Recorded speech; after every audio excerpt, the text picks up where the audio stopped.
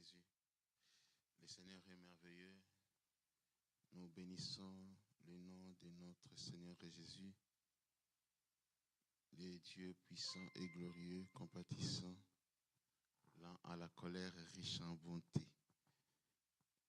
Oui, le Seigneur est merveilleux. Il est merveilleux, lui qui nous accorde sa grâce et qui nous donne ce beau moment de nous réunir afin de célébrer son nom. Gloire à Dieu.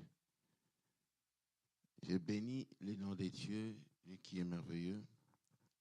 Nous sommes aujourd'hui mercredi 5 mars, comme les jours vont si vite, que le Seigneur soit loué. Mercredi 6 mars 2025, les jours où le Seigneur a fait. Gloire soit dans l'Éternel, soyez bénis. Vous qui êtes connectés, soyez le bienvenu et soyez bénis au nom du Seigneur et Sauveur Jésus-Christ. Et vous qui êtes en présentiel, que le Seigneur vous bénisse abondamment. Et merci d'être là, que le Seigneur vous bénisse. Gloire soit rendue à l'Éternel.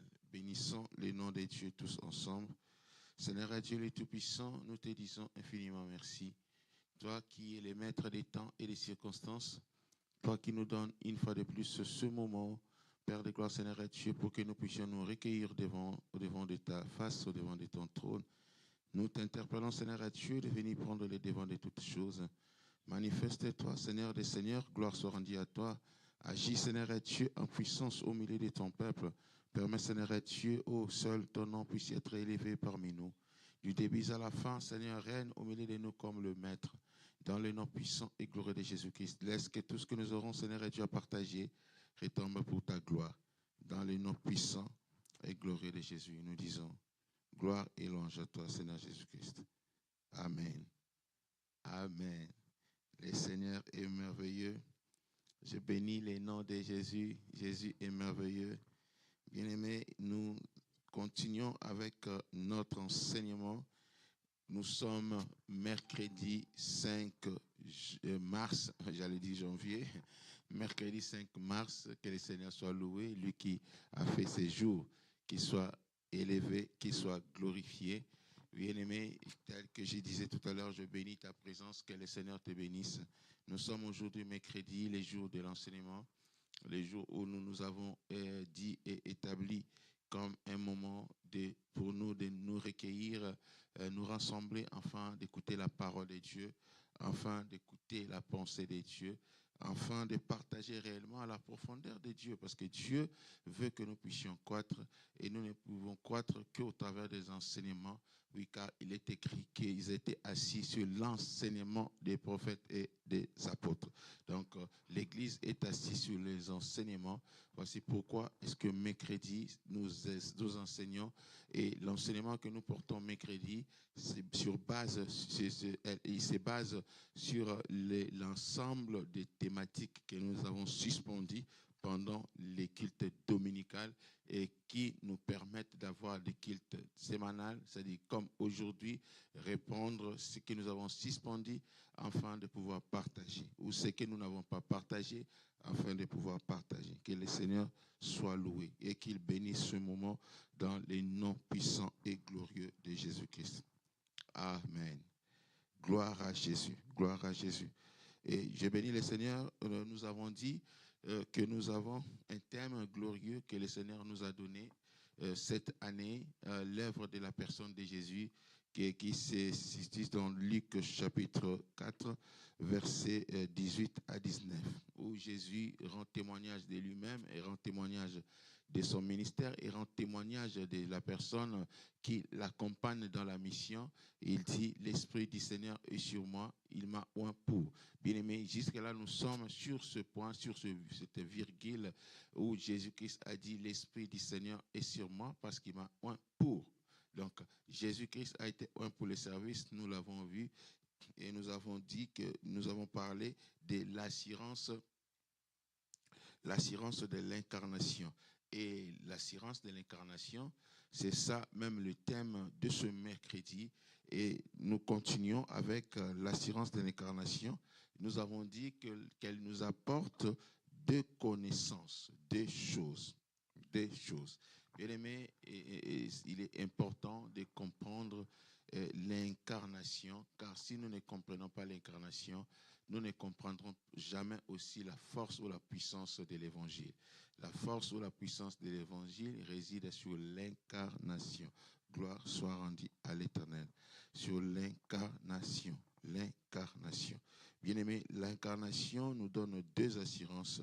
La première des choses, l'incarnation apporte la connaissance des deux choses plutôt, la connaissance de la divinité et la connaissance des forces spirituelles. Et quand nous avons commencé à parler de la divinité, nous avons dit que dans la divinité, l'incarnation nous apporte une assurance. Et l'assurance de l'incarnation nous permet, l'assurance de l'incarnation nous donne la connaissance quand nous avons Dieu qui habite, nous avons Dieu qui habite en nous, nous sommes les habitants, Dieu habite en nous comme le véritable, en nous, Dieu habite comme le réel divin, en nous, Dieu habite comme l'instructeur divin qui transforme nos cœurs et nos vies. Gloire soit à l'Éternel. Et aujourd'hui, nous allons nous rappeler un tout peu de ce point. Dieu habite, en nous habite l'instruction divine qui transforme les cœurs et la vie. En nous, bien-aimés, je reprends, habite l'instruction divine qui transforme les cœurs et la vie. En nous habite l'instruction divine qui transforme le cœur et la vie. Bien-aimé, notre cœur est appelé à être transformé. Ce qui est transformé quand on reçoit Christ, ce n'est pas le corps, mais c'est le cœur de l'homme se transforme. Voici pourquoi est-ce que Jésus tenait beaucoup plus à cette leçon, à s'adresser aux disciples en disant que votre cœur ne se trouble point, croyez en Dieu et croyez en moi. Oui, le cœur de l'homme, le cœur de l'homme.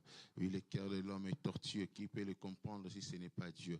Voici pourquoi est-ce que le cœur est central. Oui, les points du commandement du corps humain. C'est par le cœur que nous avons toutes choses. Bien-aimés, ici, nous voyons que en nous habite l'instruction divine qui transforme notre cœur. Oui, par le Saint-Esprit, nous avons dit que le Saint-Esprit qui habite en nous rend témoignage. Le Saint-Esprit rend témoignage à notre esprit que nous sommes enfants de Dieu. Gloire soit à l'Éternel, tel que Paul parle aux Romains, qui dit que le Saint-Esprit rend témoignage à notre esprit que nous sommes enfants de Dieu. Que le Seigneur soit béni. Gloire à l'Éternel. Et nous allons continuer sur cette pensée. Nous avons cité 2 Timothée 3, 16 à 17, où la Bible dit « Toute écriture est inspirée de Dieu et utile pour enseigner, pour convaincre, pour corriger, pour instruire dans la justice, afin que l'homme de Dieu soit accompli et parfaitement propre pour toute bonne œuvre. » Bien-aimé, l'assurance de l'incarnation, ici, nous avons dit qu'elle nous permet de posséder premièrement la vie. Gloire soit à l'Éternel. Nous allons lentement, parce que nous sommes mercredi, et on ne court pas. Gloire soit à l'Éternel, on ne court pas. Nous allons lentement, afin de pouvoir comprendre la pensée de Dieu. Gloire soit à l'Éternel. L'assurance de l'incarnation nous permet de posséder la vie. Si nous possédons la vie, c'est par rapport à l'assurance que nous avons d'un Seigneur qui a incarné Dieu, d'un prophète qui a incarné l'Élohim. Et ce prophète n'est autre que le Fils unique que Dieu a envoyé, afin de le représenter. Donc, il était et il est le représentant direct de Dieu. Voici pourquoi ce que Jean dit, Jean plutôt dit que nous connaissons les véritables et nous sommes en son Fils qui est le véritable. Bien-aimé, Jean témoigne que Jésus est Dieu et Jésus est le Fils de Dieu. Gloire soit à l'Éternel. Bien-aimé, notre assurance nous permet de posséder la vérité. Vous savez, la vérité, bien-aimé, j'ai toujours dit ici gloire soit à l'Éternel, même ailleurs, quand je suis invité, j'ai toujours dit qu'un chrétien doit marcher dans la vérité, car la vérité nous identifie, et la vérité, c'est une marque déposée du christianisme. Bien aimé, j'ai toujours dit, si tu vois quelqu'un marcher dans la vérité, même s'il n'est pas chrétien, faites attention, c'est un élu de Dieu. Personne ne peut marcher dans la vérité s'il n'est pas avec Dieu. Car Jésus a dit, je suis le chemin, la vérité et la vie. C'est-à-dire, la vérité, c'est Dieu lui-même au milieu des hommes. Et quand quelqu'un marche dans la vérité, c'est qu'il marche selon Dieu. Et donc, la première des choses que Dieu veut de nous, c'est la vérité. Et la vérité, bien aimé, est une notion problématique, réellement problématique. Voici pourquoi est-ce qu'on ne fait que parler de la vérité dans l'Église, on ne fait que répéter la vérité, car c'est une notion problématique. La question de la vérité dans la Bible, tout au long, bien aimé, de l'Évangile selon Jean, ainsi que dans des épîtres où on trouve le mot vérité aussi, mais aussi les adjectifs. Parce que quand on parle de la vérité, on parle aussi des adjectifs qui accompagnent la vérité. Donc Jean nous a parlé, tel que je viens de citer, Jean 14, 6, il dit, je suis le chemin, la vérité et la vie. Jean nous a parlé de la vérité. Jean nous a expliqué la vérité. Et dans les épîtres, on nous parle de la vérité. C'est-à-dire la vérité ne fait que répondre, ne fait que remonter, rebondir. Mais cette vérité est accompagnée des adjectifs. C'est-à-dire le premier adjectif qui accompagne la vérité, c'est vrai. C'est vrai. C'est-à-dire une personne, un chrétien qui est dans la vérité, c'est qu'un chrétien qui est vrai. C'est simple, c'est simple à définir. Qui est celui qui marche dans la vérité? C'est celui qui est vrai. C'est celui qui dit oui, oui, dit non, non. C'est ce que dit la Bible, que votre oui soit oui, que votre non soit non. Et le deuxième adjectif, c'est quoi? C'est le véritable. Bien aimé, tout ce qui est véritablement saint, tout ce qui est véritablement clair, accompagne la vérité. Et le troisième, c'est vraiment juste. Tout ce qui est vraiment juste accompagne la vérité. Que le Seigneur soit loué. Bien aimé, la vérité, c'est un terme qui s'applique souvent dans des mystères divins, dans la personne de Christ, dans la personne de l'Esprit Saint et dans la condition aussi des disciples. Pour commencer par la condition des disciples, je viens de le dire, la condition des disciples est que nous marchions dans la vérité comme notre maître est la vérité. Donc, soyons vrais. C'est ça, la vérité. Soyons vrais. Bien-aimés, nous devons marcher dans la vérité. Ça, c'est les termes qui s'appliquent. Les termes de la vérité s'appliquent à nous dans ce sens. Et deuxièmement, par le Saint-Esprit. Le Saint-Esprit, la Bible dit que le Saint-Esprit est l'esprit de la vérité. C'est-à-dire, la vérité s'applique aussi au Saint-Esprit. Il est l'esprit de la vérité. C'est-à-dire, quand on parle de la vérité, on voit qu'il est animé ou conduit par un esprit. Et l'esprit qui accompagne la vérité, c'est l'esprit de la vérité. Or, cet esprit de la vérité n'est autre que le Saint-Esprit. Et troisièmement, la personne du Christ, tel qu'il a dit lui-même, je suis la vérité. Jésus l'a témoigné, que je suis le chemin, la vérité et la vie. C'est-à-dire, il a témoigné. Donc, quand on parle de la vérité, nous faisons allusion, ou nous voyons directement à qui s'applique, c'est-à-dire à Jésus-Christ et au mystère des dieux. Les mystères de Dieu, cette vérité, c'est le mystère de Dieu qui a été caché pendant longtemps, longtemps et révélé en Jésus. Gloire à Jésus. Est-ce que ça passe? Que le Seigneur soit loué. Amen. Gloire à Jésus. Bien-aimé, Dieu merveilleux. Nous pouvons y voir une sorte de clé de lecture de tout l'évangile selon Jean. D'ailleurs, de le prologue, les mots grâce et gloire, les deux mots arrivent immédiatement en relation avec la vérité. C'est-à-dire quand on parle de grâce et de gloire, donc depuis le commencement de l'écriture, dans des sciences qui étudient Dieu, dans la théologie, mais quand on parle de gloire et de grâce, on fait allusion à la vérité. Donc, la vérité a fait son travail afin que la grâce soit permanente. La vérité a fait son travail afin que la gloire soit manifeste. Donc, on fait toujours allusion à la vérité. À la vérité. C'est très, très important. Gloire soit à l'Éternel.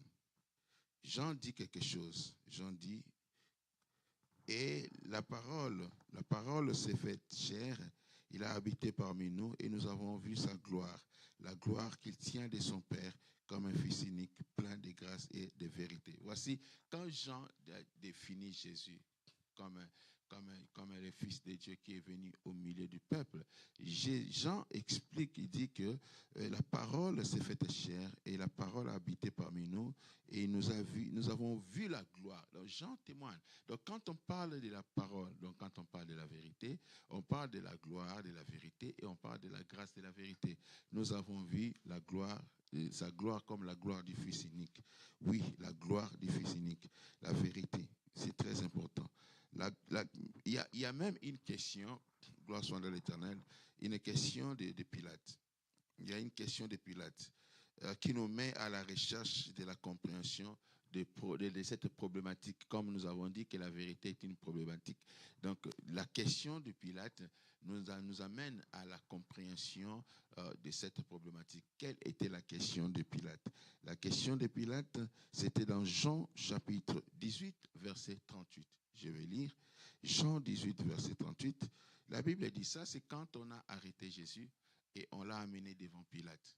Oui, Jésus-Christ a été arrêté. Hein? Donc, si tu es arrêté, bien aimé, tu n'es pas la première personne. Jésus-Christ l'a fait. L'a fait déjà. On l'avait arrêté. Jean 18, verset 38, la Bible dit, je vais lire. Pilate lui dit, qu'est-ce qu'est la vérité?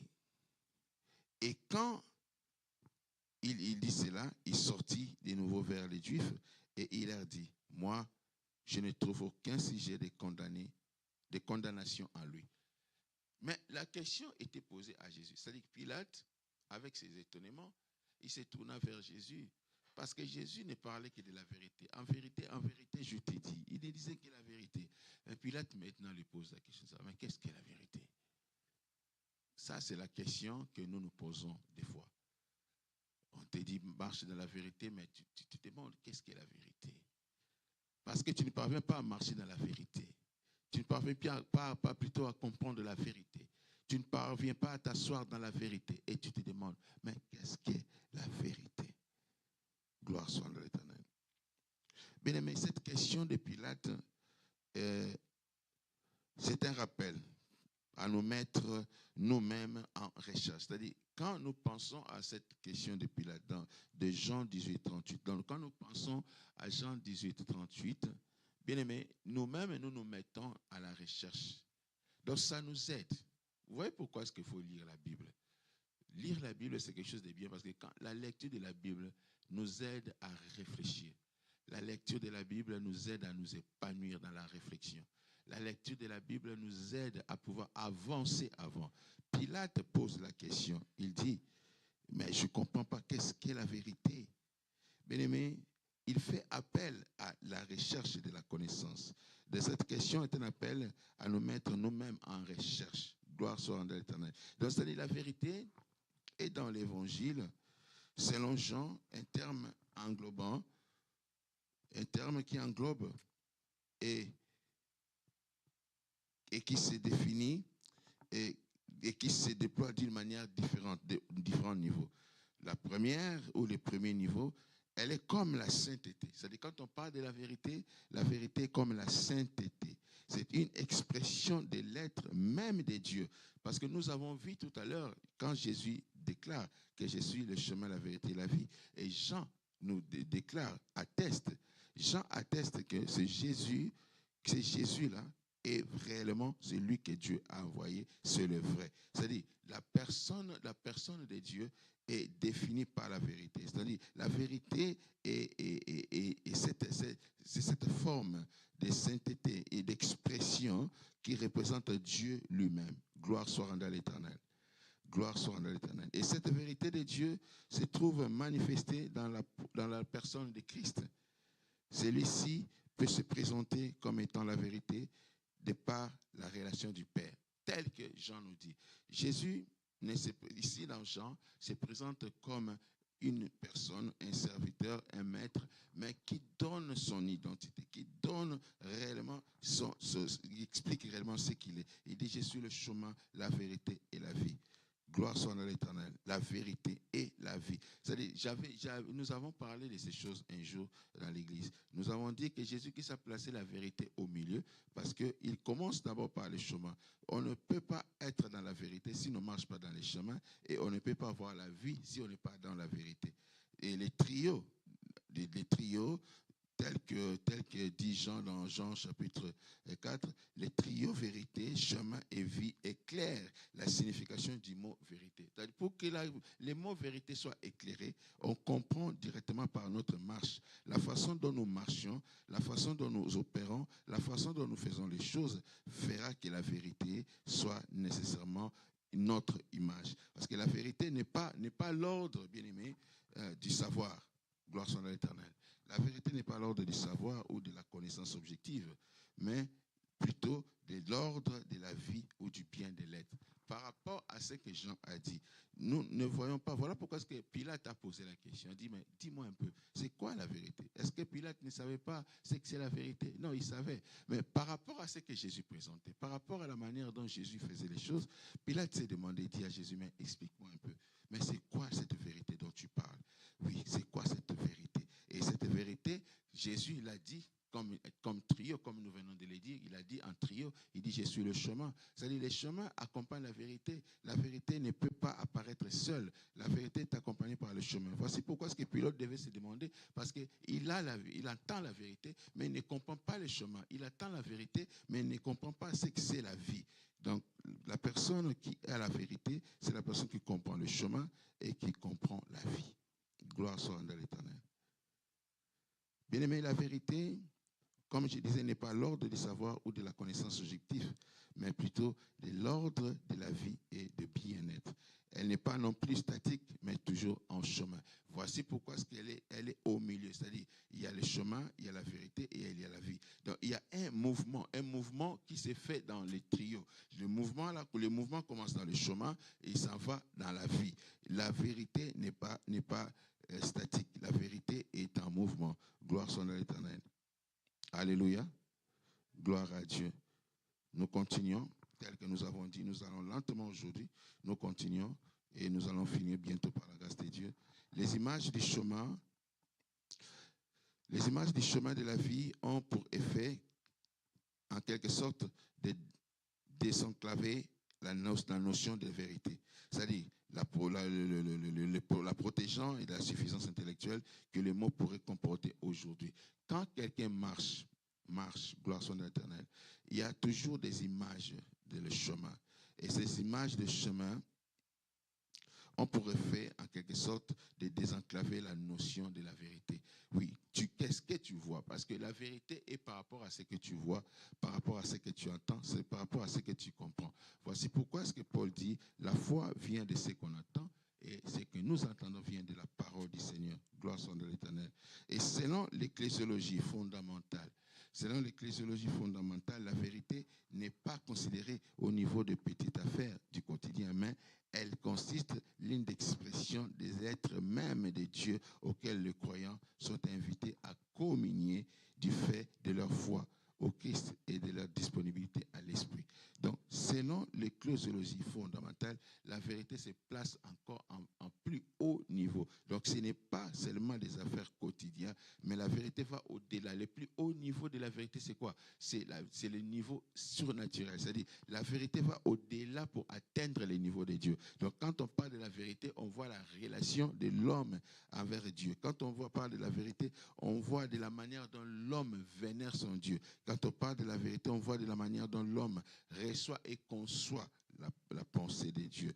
Bien-aimé, c'est un esprit, et c'est cet esprit de Jésus a promis d'envoyer aux disciples après son retour au Père. Jésus a fait la promesse. Il a dit, je m'en vais, je ne vous laisserai pas orphelin. C'est une promesse que tous nous savons. Je ne vous laisserai pas orphelin, je vous enverrai le Saint-Esprit, l'Esprit de vérité. Il a bien mentionné, il a dit l'Esprit de vérité. C'est-à-dire, la vérité, quand elle vient en nous, elle travaille. Voici pourquoi est-ce que si quelqu'un est en Christ, il est une nouvelle créature. Les choses anciennes sont passées et voici toutes choses sont devenues nouvelles. La vérité travaille en nous, premièrement comme avocat. Gloire soit à l'Éternel. Deuxièmement comme défenseur. Troisièmement comme soutien. Quatrièmement comme conseiller. Et cinquièmement comme l'esprit de vérité. la vérité en nous travaille dans ses fonctions. Il vient au milieu de nous travailler comme un avocat, il vient travailler comme un défenseur, il vient travailler comme un soutien, il vient travailler comme un conseiller et il vient travailler comme l'esprit que Jésus a donné aux disciples. Nous ne marchons pas seuls, bien-aimés, mais nous avons un esprit qui nous accompagne. Gloire soit rendue à l'Éternel. Lui-même, la vérité, a pour mission d'établir des disciples dans la vérité de Dieu telle que Jésus l'a incarné. Jésus a incarné la vérité afin de nous établir dans la vérité. Et si nous sommes établis dans la vérité, aujourd'hui, c'est parce que Jésus-Christ a fait cette œuvre et il continue à faire. La Bible dit, celui qui est descendu, c'est le même qui est monté du haut des cieux. Et quand il est monté du haut des cieux, il a fait les uns, il est assis plutôt à la droite de Dieu et il intercède pour nous. Gloire soit rendue à l'Éternel. C'est pourquoi la première épître de Jean se termine par l'exhortation. 1 Jean chapitre 5, 21. Il dit, petits enfants, gardez-vous des idoles. Jean termine par cette exhortation pour nous amener, quand il parle des petits enfants, il parle des disciples que nous sommes, pour nous amener à marcher non selon les mensonges, mais selon la vérité. C'est-à-dire de nous méfier des faux semblables illusions. Le mensonge n'est donc pas simplement une erreur intellectuelle, mais plutôt une perversion de l'être humain qui les détruit lui-même en détruisant l'autre. Donc, Jean parle dans 1 Jean 5, 21, il dit, petits enfants, gardez-vous des idoles. Bien-aimés, souvent, aujourd'hui, nous avons tendance à ne pas bien comprendre ces versets. Quand on parle des idoles, nous pensons aux statuettes, nous pensons à des histoires grecques que les gens ont fait. Mais en réalité, ce sont de mauvaises pensées qui germent au-dedans de nous. Et il continue, il dit, cela peut aller jusqu'à tuer les frères. Nous connaissons tous l'histoire de Caïn et Abel. Caïn et Abel, ils ont eu des troubles. Pourquoi? Parce qu'il n'y avait pas la vérité. Caïn n'avait pas dit la vérité.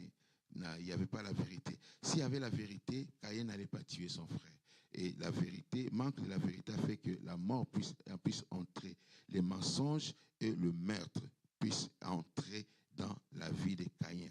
Caïn était un frère comme nous autres, mais il est devenu meurtrier. Pourquoi? Parce qu'il n'a pas laissé la porte à la vérité. Et puisqu'il a fermé la porte à la vérité, les mensonges sont entrés. Et quand les mensonges entrent plutôt, le meurtre aussi entre dans la vie d'une personne. Comment ne pas penser au scandale aujourd'hui dénoncés dans l'Église? S'il y a des scandales dénoncés dans l'Église, c'est simplement parce qu'il n'y a pas la vérité. Mais quand il y a la vérité l'un à l'autre, au milieu des frères, peu importe le niveau des problèmes, la vérité surmonte les problèmes et puis arrive à aider les gens à trouver des solutions. Gloire soit à l'Éternel. Gloire à l'Éternel. Que le Seigneur soit loué. Et il y a encore une chose, pour aller un peu rapidement dans cette pensée, il y a une chose qui est la vérité, la relation de la vérité et de la réalité. C'est très important. On peut définir, bien aimé, dans ces contextes, la vérité comme la conformité d'une pensée ou d'une proposition avec son objet. Je réponds à la conformité d'une pensée ou d'une proposition avec son objet. C'est-à-dire, dans un premier temps, nous considérons que cet objet est ce qu'on appelle la réalité, c'est-à-dire les caractères de ce qui existe. Mais voilà pourquoi est-ce que Pilate avait posé cette question, parce que en voyant Jésus, la qualité de ce qui existait devant lui ne disait rien de vrai. Parce qu'il voit quelqu'un qui dit qu'il est le roi des Juifs, mais il regarde la personne n'a même pas une maison. Il dit, mais toi, tu n'as même pas maison, mais tu dis que tu es roi comment? Mais c'est quoi cette vérité? C'est-à-dire, par rapport à ce qu'il voyait, il a été difficile pour lui de comprendre et d'attester cette vérité. La deuxième des choses, c'est quoi? C'est que la vérité est dite et c'était énoncé alors que la réalité est. Donc la vérité est dite et la réalité est. La vérité est dite comment? Parce que quand, par rapport aux yeux des hommes, nous croyons à ce que l'homme dit. Et quand quelqu'un dit la chose, nous considérons que la chose est vraie. Donc ça, c'est une réalité. Gloire soit à Dieu. C'est une vérité selon la nature. Et l'énoncé maintenant vient comme réalité. C'est-à-dire, la personne ressuscite et parle et son énoncé vient maintenant comme une réalité. Pour nous, nous disons, oui, c'est vrai parce que c'est confirmé. Or, la réalité, semble donc être une notion évidente. Ce qui est et ce qui existe. Donc, la réalité, c'est de cette notion-là, de ce qui est et ce qui existe. Maintenant, il y a une nuance entre la réalité et la vérité. Pourquoi? La nuance est sur base de quoi? Parce que la vérité n'est pas fondée sur la réalité, mais la vérité est fondée sur ce qui est vrai. Or, quand nous parlons de ce qui est vrai, nous voyons comme nous dit la foi. Donc, la foi, c'est une ferme assurance des choses qu'on espère. Là, maintenant, on pense être dans une réalité, mais on est dans les vrais, les choses qu'on espère et une démonstration de celles qu'on ne voit pas. Bien aimé, c'est ça la réalité, et plutôt la vérité, qui est contre la réalité. Et cette problématique de la vérité se pose toujours, se pose. La vérité pose d'abord les problèmes de la fiabilité et de l'expérience. La fiabilité de l'expérience. C'est-à-dire, est-ce vrai que Pilate avait tort? Non, Pilate n'avait pas tort. Naturellement, bien aimé, il est difficile de croire à quelqu'un qui dit qu'il est roi des Juifs pendant qu'il n'a même rien. Il n'a même pas de soldats. Mais Pilate, lui, il était chef, il était commandant. Il dit, mais moi, là, je suis commandant, j'ai des soldats. Donc c'est nous autres, là, qui pouvons dire que non, c'est nous qui sommes, qui disons vrai. Mais toi, là, tu dis des choses. Tu n'as même pas un militaire. Mais comment est-ce que tu dis la vérité? Dis-moi, c'est quoi cette vérité dont tu parles? Gloire soit rendue à l'Éternel. Oh, gloire à Dieu. Bien aimé, d'une part, ce n'est pas moi qui crée la réalité. C'est-à-dire, d'une part, quand je parle de moi, je me suis pointé, mais c'est une forme philosophique. Donc, d'une part, ce n'est pas la personne, voilà. Ce n'est pas la personne qui crée la réalité. Mais la réalité existe indépendamment de la personne. C'est ça la vérité. La vérité, c'est quoi? C'est que c'est une réalité qui existe indépendamment de la personne. Quand nous disons que Jésus est Dieu, c'est une réalité qui existe indépendamment de Marie, une réalité qui existe indépendamment de Joseph, une réalité qui existe indépendamment de nous. Que le Seigneur soit loué. Gloire soit à l'Éternel. Donc nous pourrions donc penser que la réalité est objective. Oui. Gloire soit à l'Éternel. La réalité est objective. Mais la vérité, elle, par contre, n'est pas objective. Mais la vérité est vraie et réelle. Donc oui. D'autre part aussi, nous pouvons connaître la réalité par l'intermédiaire des sens que nous pouvons connaître la réalité. Donc, on peut donc se demander si dans la médiation des sens, quelque chose de la réalité n'est pas rendu. Mais mes sens, est-ce que les sens sont-ils fidèles? Et c'est une question, par exemple. Parce que quand Pilate se demande et se pose la question, il était commandant, il était quelqu'un qui pouvait avoir toutes les réponses, mais là, il était devant une personne qui parle et il avait des doutes. Il dit, est-ce que mes sens, vraiment, est-ce que mes sens sont-ils réels? Il avait les doutes. C'est-à-dire, la vérité pose ensuite les problématiques de la relativisme. Bien aimé, quand on parle de la relativisme, on parle de la doctrine des valeurs qui sont relatives aux circonstances et aux variables. Donc, une doctrine des valeurs en circonstances de variables et des relatives et des variables. Mais la relation, par contre, est censée être objective. C'est ça le problème. La réalité plutôt. La réalité, par contre, est censée être objective. C'est-à-dire, quand nous marchons dans la réalité, nous sommes objectifs. Nous savons que non, j'ai une réalité. Ma réalité, c'est quoi? C'est me mettre ici, prêcher, par exemple, pendant 30 minutes. Donc, je marche par rapport au temps que j'ai, les 30 minutes devant moi. C'est une réalité. Donc, je suis objectif. Je marche suivant une ligne de conduite. Gloire soit à l'Éternel. Et puis là, je vois la ligne et j'accomplis ce que j'ai vu. Ça, c'est dans la réalité. Gloire soit rendue à l'Éternel. Le Seigneur est merveilleux. Alléluia. Le Seigneur est merveilleux. Gloire à Dieu. Voilà pourquoi est-ce que la Bible, je reprends encore, voilà pourquoi est-ce que la Bible parle de la folie de la croix. Il dit dans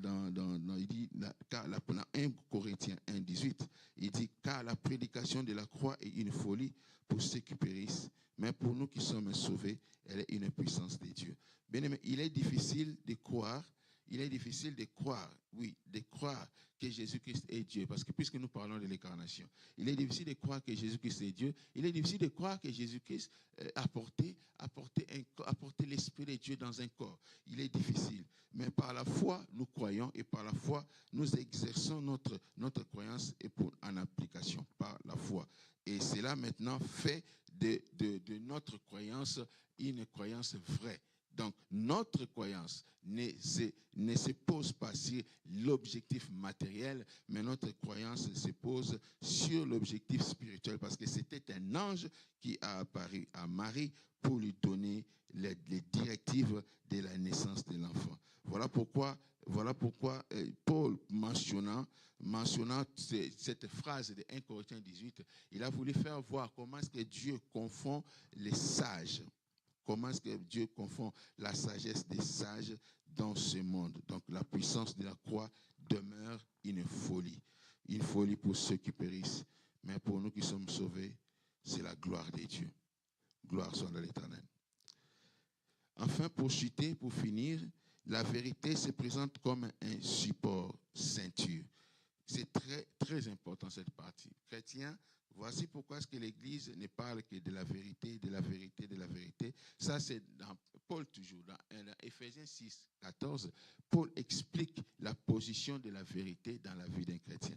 Il dit, tenez donc ferme, ayez à vos reins la vérité pour ceinture. C'est-à-dire la vérité se présente comme un support, La vérité, ce qui peut supporter la vie d'un chrétien, ce qui peut conduire la vie d'un chrétien ou d'une personne, c'est la vérité. Quand on a la vérité comme ceinture, bien aimé, la première des choses que la vérité fait comme ceinture, c'est qu'elle serre autour du rein les grands vêtements flottants, afin que la marche ne soit pas gênée. Ça, c'est la première des choses. Nous mettons la ceinture, pourquoi? Pour soutenir l'habit qui est grand. En principe, nous mettons des pantalons qui sont toujours grands. Rarement, nous mettons des pantalons qui sont collants, des pantalons qui sont de taille, qui ne peuvent pas tomber quand on n'a pas de ceinture. Voici pourquoi est-ce qu'on a toujours besoin de ceinture. Donc, on met sur l'habit qui est un peu grand pour que cet habit ne puisse pas tomber. Or, selon l'Apocalypse, quand on parle des habits, nous voyons les œuvres d'une personne. C'est-à-dire, on parle des œuvres. Et les œuvres d'une personne, c'est-à-dire, ce que la ceinture soutient, ou ce que la vérité soutient les œuvres d'un chacun. Tes œuvres ne peuvent être soutenues que par la vérité. Tes œuvres ne peuvent être soutenues, je réponds, que par la vérité. C'est-à-dire, c'est la vérité qui accompagne ton succès. Quand les œuvres sont soutenues, c'est alors que nous voyons le succès. Quand les œuvres sont soutenues, c'est alors que nous voyons la réussite. C'est-à-dire, la vérité accompagne tes œuvres, donc soutient ton pantalon, s'il faut le dire dans ce sens-là. Donc, la vérité sert de plus à consolider les reins, à affermir les soldats. C'est-à-dire, quand nous, hommes surtout, nous sentons cette différence. Quand je porte un pantalon qui n'a pas de ceinture, des fois, je me sens comme un vide. C'est comme si j'avais un vide. Mais quand je mets la ceinture, je me sens vraiment positionné. Voilà pourquoi est-ce que Paul explique, il dit que la vérité sert de plus à consolider les reins, à affermer les soldats. C'est-à-dire, la vérité, comme soldat de Christ, la vérité nous a fermés. Alléluia. La vérité nous a fermés. Nous sommes affermis au travers de la vérité. Et Paul ajoute encore, il commence par ceindre le combattant, puis la nature, il laisse traîner sur la terre, flotter tout le vent, le désir de penser. C'est-à-dire, Paul explique par rapport à ce qu'il a dit tout à l'heure, que la ceinture soutient les reins.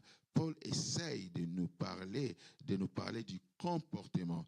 Il essaie de nous faire voir les comportements des chrétiens, la manière dont les chrétiens est soutenu, c'est-à-dire la nature des chrétiens, la nature des chrétiens, sa façon de faire, sa façon de vivre, ses désirs, ses pensées, sa volonté. Donc, il touche réellement l'âme de la personne. C'est-à-dire l'âme de la personne est soutenue au travers de la vérité. La vérité entre dans l'homme et change l'état d'âme et soutient la personne.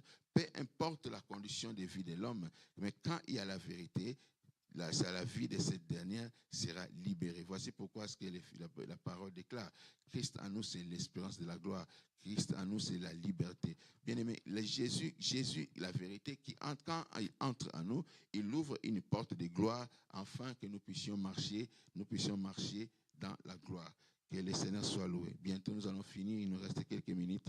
Bien-aimé, quand on parle de la ceinture qui est la vérité, ou comme la vérité, comme ceinture, la première des choses, nous parlons de la vérité qui est divine. On ne parle pas de la vérité qui est charnelle, mais on parle de la vérité qui est divine. C'est-à-dire, la vérité la vérité divine, c'est cette vérité qui se pratique au-dedans de nous, comme nous venons de lire. La vérité qui se pratique au-dedans de nous, dans ton âme. Cette vérité qui te pousse à être vrai. Cette vérité qui te pousse à être comme ton Seigneur, dans ton intérieur. C'est ce qu'on appelle la vérité divine. C'est-à-dire la sincérité, la droiture du caractère, ce qui est de toute communion avec le royaume de la vérité, le royaume des lumières, et ce qui est de toute communion avec le royaume des ténèbres, c'est-à-dire les mensonges, l'escroquerie, toutes ces choses-là, seront abolis quand on a la vérité dans son intérieur. On ne fournit pas d'efforts pour être délivré, on ne fournit pas l'effort pour marcher selon Dieu. Juste avoir la vérité nous permet d'ouvrir la porte de la grande délivrance dans nos vies. Et enfin, la vérité est la force qui recueille les pensées errantes et la lumière qui fait reconnaître l'ennemi sous tous ses déguisements et rend l'âme capable de lutter victorieusement. C'est-à-dire, si nous disons aujourd'hui, c'est là que nous terminons, gloire soit à l'Éternel. Si nous disons aujourd'hui, peut-être par exemple cette phrase, Christ en nous c'est l'espérance de la gloire, c'est par rapport à notre état d'âme. Nous parlons par rapport à notre état d'âme. Parce que si Christ est en nous, notre état d'âme sera un état d'âme divin. Si Christ est en nous, notre façon de penser sera une façon de penser divine. Si Christ est en nous, notre façon de faire les choses, de marcher, sera une façon de faire les choses ou de marcher selon la volonté de Dieu. Car Christ en nous, c'est-à-dire la vérité qui est en nous, va se manifester comme un feu et va embraser notre vie intérieure. Nous ne pourrons que girer sur la vérité, nous ne pouvons que parler la vérité. Il est très important de pouvoir marcher selon la vérité et de pouvoir accomplir la vérité, car l'assurance, comme nous avons dit, l'assurance de l'incarnation nous permet de posséder la vérité. Puisque l'assurance nous permet de posséder la vérité, nous devons profiter de cette grâce que le Seigneur nous accorde. Dieu nous accorde une grâce. La grâce que Dieu nous accorde, c'est quoi? C'est la grâce de marcher comme Jésus. Il est difficile, bien aimé, de marcher comme Jésus. Parce que Jésus-Christ lui-même l'avait dit. Quand il était sur la terre, avec les corps, il a dit, avec ces corps, il est difficile d'hériter le royaume des cieux. Personne ne peut se lever pour dire qu'il n'a pas péché. Personne ne peut se lever pour dire qu'il n'a pas connu l'erreur. Pourquoi? Parce qu'il est difficile avec les corps. Quand tu te réveilles, que tu le veuilles ou pas, les corps te demandent de satisfaire ses besoins. Et les besoins du corps, en les satisfaisant, bien aimé, tu marches contraire à la volonté de Dieu. Voici pourquoi que Paul, quand il exhorte, il dit, marchez selon l'esprit et vous n'accomplirez pas les désirs de la chair. Il a dit cela pourquoi? Parce que tu as déjà la chair te combat. Comment sauras-tu de vaincre la chair si tu marches dans la chair? Or, si tu marches dans la chair, tu es dévoué à la chair. La chair va accomplir son désir. Mais quand tu marches selon l'esprit, il y aura maintenant contact, il y aura maintenant une guerre, il y aura maintenant un affrontement entre l'esprit et la chair, parce que l'esprit va venir maintenant habiter en toi, tel que la Bible dit. L'esprit de Dieu rend témoignage à notre esprit que nous sommes enfants de Dieu. C'est-à-dire, le Saint-Esprit vient totalement habiter en toi. Et quand il vient habiter à toi, il amène tout. Voici pourquoi est-ce que la Bible dit que le Saint-Esprit a des dons, les dons et les fruits. Il a les dons et il a les fruits. C'est-à-dire, il vient, quand il s'impose, il ne dit pas s'imposer, mais quand tu ouvres la porte, il s'assoit en toi. Maintenant, il fait preuve de sa présence. Il va te donner les fruits. Bien aimé, tu ne vas pas avoir les fruits de toi-même, mais tu vas avoir les fruits après que le Saint-Esprit habite en toi. Quand le Saint-Esprit habite en toi, c'est alors que tu auras les fruits du Saint-Esprit. Et quand tu auras les fruits du Saint-Esprit, là maintenant tu vas commencer à marcher selon la volonté du Saint-Esprit. Or, marchant selon la volonté du Saint-Esprit, ce sera quoi? Ce serait marcher selon la volonté de Dieu. Mais ce qui nous préoccupe, nous l'Église, c'est par contre, c'est ce qui nous préoccupe, c'est quand le Saint-Esprit arrive dans notre vie. Au lieu de lui demander de laisser place, qu'il nous donne les fruits, nous demandons et nous laissons place aux dons. Nous voulons, nous, ce siècle-ci, nous voulons beaucoup plus, nous aimons beaucoup plus les dons du Saint-Esprit qui est le fruit du Saint-Esprit. Ça, c'est le problème. Or, avec les dons, il est facile de marcher dans la chair. Tu peux avoir les dons parce que la Bible dit dans Romains, Paul explique, il dit, Dieu ne se répand pas de ses dons. Quand Dieu donne, il donne, finit, ne se répand pas. Mais ce qui peut faire que les chrétiens aient la force, ce n'est pas les dons. Mais ce qui fait que les chrétiens aient la force, c'est les fruits. Les fruits. Pourquoi? Parce que les fruits de l'esprit changent l'homme. Les fruits de l'esprit transforment l'homme. Tu seras transformé à cause du fruit que tu as reçu de l'esprit en toi. Parce qu'il va te donner, par exemple, parlons de la patience. Bien, aussi longtemps que le Saint-Esprit te donne ce fruit-là va travailler en toi. Comme Jacques a dit, il faut que la patience accomplisse parfaitement son œuvre pour que vous ne soyez faillis en rien. Bien aimé, la patience accomplit parfaitement son œuvre. C'est-à-dire, les fruits que nous recevons du Saint-Esprit ne restent pas bras croisés. Dans nous, les fruits du Saint-Esprit s'élèvent maintenant comme entité et commencent à travailler. Et quand les fruits du Saint-Esprit travaillent, petit à petit, l'homme commence à changer maintenant son état. Il était colérique, il devient un homme gentil. Il était escroc, il devient un homme sérieux et puis véridique. Il était tueur, il devient un homme qui ne tue pas, qui aime la vie. Il était tout ce qu'il était de mauvais, ça change. C'est-à-dire, la personne qui change maintenant, c'est les fruits que le Saint-Esprit a déposés en toi. Oh, gloire soit à l'Éternel. Les fruits que le Saint-Esprit a déposés, c'est là donc. Or, quand on parle du Saint-Esprit, on parle de l'esprit de vérité. C'est-à-dire, l'esprit de vérité qui sonde le cœur et les reins, nous connaît. Il sait qu'est-ce que nous avons besoin. Voici pourquoi est-ce que ce n'est pas tout le monde qui a les 9, qui a les fruits au complet. Parce que les fruits aussi, il y a 9 fruits séparés, mais il y a un seul fruit qui est l'amour. Mais il y a encore 8 qui s'ajoutent. Mais les dons, il y a vraiment cité 9 dons. Mais une fois, j'avais dit dans une réunion des pasteurs, ça c'est le calcul de Paul. Mais aujourd'hui, nous voyons il y a des dons que Paul n'a pas cités dans la Bible, parce que Jésus-Christ lui-même avait dit, vous ferez des choses que je n'ai même pas fait. Donc, c'est-à-dire, Paul a énuméré quelques dons selon sa connaissance. Mais cela, ce n'est pas dit que c'est la limite des connaissances. Il y a encore des dons, bien aimé, il y a encore des dons qui se voient aujourd'hui, qui font partie des dons du Saint-Esprit, car le Saint-Esprit est vaste. Que le Seigneur nous bénisse. Gloire à l'Éternel. Jéhovah soit loué. Bien aimé, cette leçon, c'est une leçon très profonde. Pourquoi très profonde? Parce que nous parlons de l'incarnation. Nous parlons d'une personne née comme tout autre, mais qui a porté la divinité. Et ce sont des choses qui ont marqué sa vie pour que les hommes puissent attester réellement qu'il était des dieux. Et aussi, nous, par cette leçon, ce que nous devons faire, c'est quoi? C'est de marcher avec force. Toi qui es connecté, gloire soit rendue à l'Éternel. Que le Seigneur te bénisse dans ta maison, dans ton salon, ta chambre, peut-être au bureau, peut-être dans ta voiture, tu es en train de nous suivre. Que le Seigneur soit loué. Laisse-moi te dire, bien-aimé, marchons comme Jésus. Que cela ne soit pas une récitation. Parce qu'on est habitué à ces versets. Tout le monde connaît ces versets. Tel il est, tel nous sommes. Puisque c'est un verset aussi qui est court, qui n'est pas si loin. Tel est qui est si long plutôt. Tel il est, tel nous sommes. Tel il est, tel nous sommes. C'est comme des perroquets. Nous récitons ces versets, mais est-ce que nous vivons vraiment comme Jésus? C'est ça la question. Donc pose-toi, toi qui es connecté en ligne, pose-toi un peu la question. Est-ce que je vis comme Jésus? Est-ce que je vis comme Jésus? Parce que la volonté de Dieu est que nous vivons comme Jésus.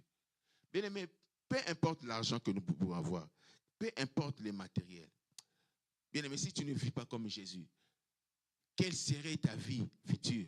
Parce que nous avons deux vies. On ne vit pas seulement cette vie présente. Il y a une vie qui nous attend. Donc nous sommes le matériel et nous sommes aussi les spirituels. Nous sommes des spirituels. Parce que la Bible témoigne, dit, en réalité, dans l'homme, c'est l'esprit. C'est-à-dire, moi qui suis en train de vous parler, en réalité, en moi, c'est l'esprit. Je ne suis pas cette chair, mais cette chair, c'est juste une enveloppe qui garde mon esprit. Si je meurs aujourd'hui, bien aimé, le corps va mourir, mais mon esprit reste en vie. Mon esprit va dans les lieux de repos. Mon esprit va attendre les jours du Seigneur, afin d'être au devant du Seigneur, pour être jugé. Et après le jugement, je vais prendre le chemin dans la droite de Dieu. Je vais prendre les chemins de la droite de Dieu pour aller dans le royaume de Dieu. Je suis certain avec ma foi en Dieu, même si aujourd'hui Jésus-Christ me prenait, aujourd'hui là, je suis dans le trône de Dieu avec le Seigneur. Gloire soit l'Éternel. Bien-aimés, nous devons nous assurer de la sorte. Rassure-toi de toi-même. Que personne ne te dise que non, toi là tu vas hériter le royaume de Dieu, mais que ta conscience te dise que tu marches dans le vrai. Que ta conscience te dise que tu es vrai. Que ta conscience te dise que tout ce que tu fais est vrai. Telle est la volonté de Dieu. Donc nous continuons avec notre enseignement. Que le Seigneur soit loué. Et chaque mercredi, nous allons ramener ce que nous avons suspendu. Comme aujourd'hui, nous avons ramené ce que nous avons suspendu. Nous avons parlé de l'assurance de l'incarnation, mais dans le premier point qui dit l'assurance de l'incarnation nous permet de posséder la vérité. Le premier point, c'était quoi? La possession de la vérité. Et nous avons parlé de ce premier point, bien que ce n'est pas fini, gloire à Dieu, mais j'ose croire que le Saint-Esprit va continuer avec nous. Il va continuer avec nous dans cet enseignement, afin que nous puissions comprendre réellement quelle est la volonté de Dieu. Parce que nous ne prêchons pas pour prêcher, mais nous prêchons pour qu'ensemble puissions comprendre la volonté de Dieu. Comme Osée dit, connaissons, cherchons à connaître l'Éternel.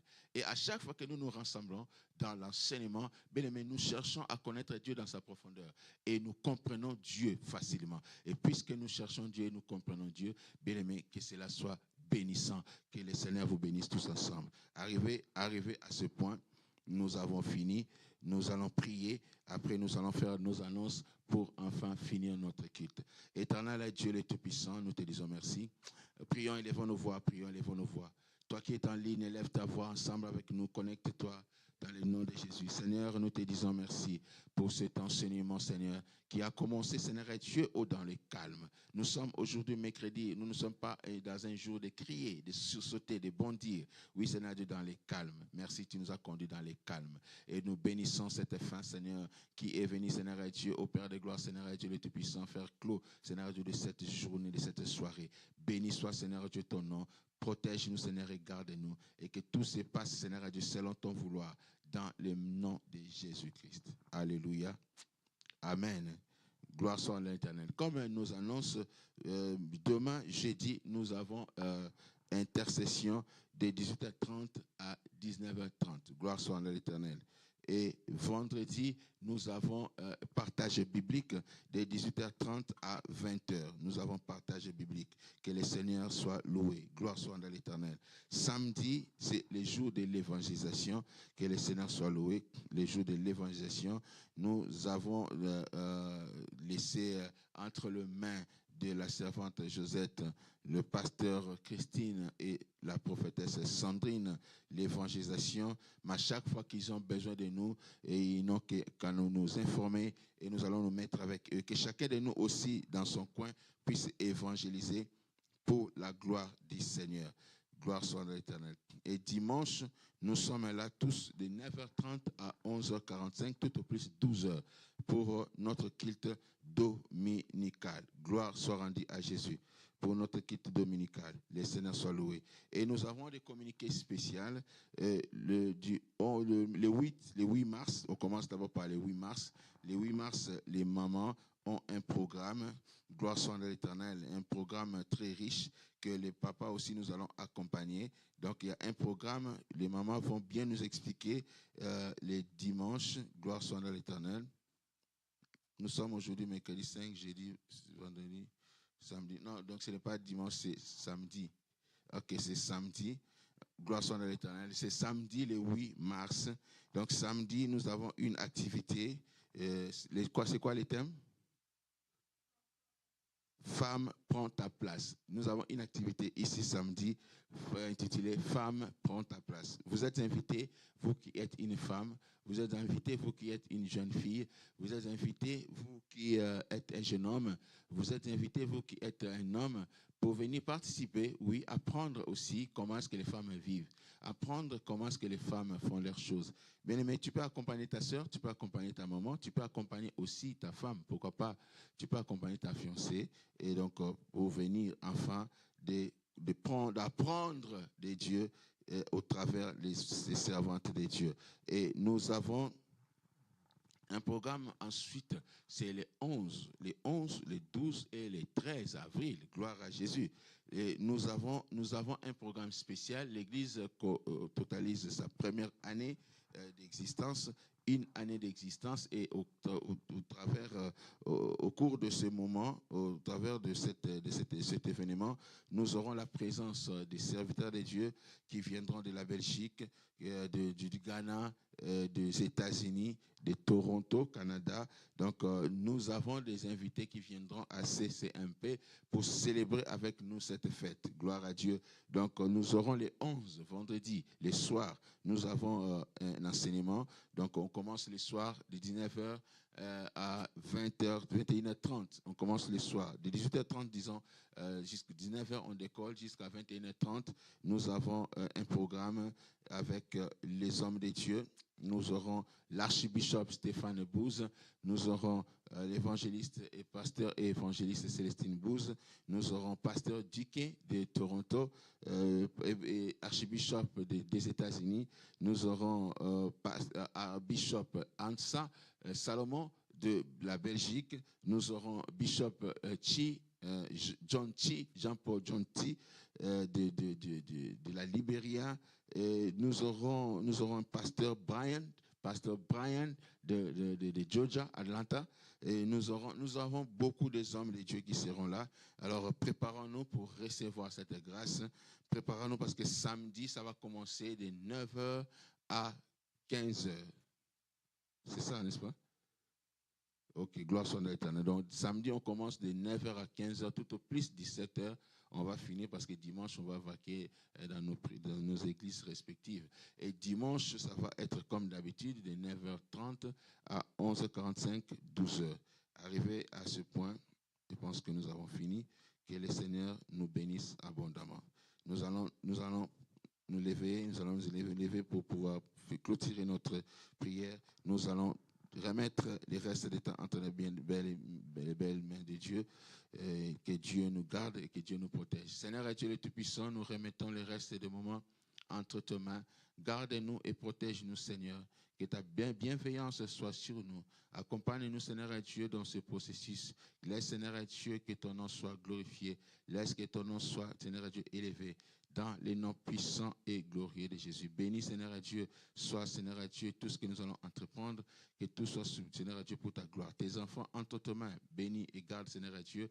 Laisse que ton esprit, Seigneur et Dieu, puisse accompagner chacun de nous, au nom puissant et glorieux de Jésus. Père éternel, nous allons nous rencontrer, Père éternel, demain. Accompagne-nous, Seigneur et Dieu, dans l'intercession. Vendredi, accompagne-nous, Seigneur et Dieu, dans le partage biblique. Samedi, dans l'évangélisation.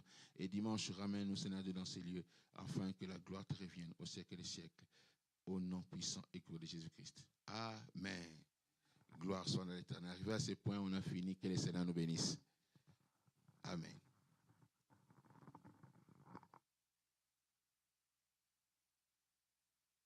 Tu as coupé?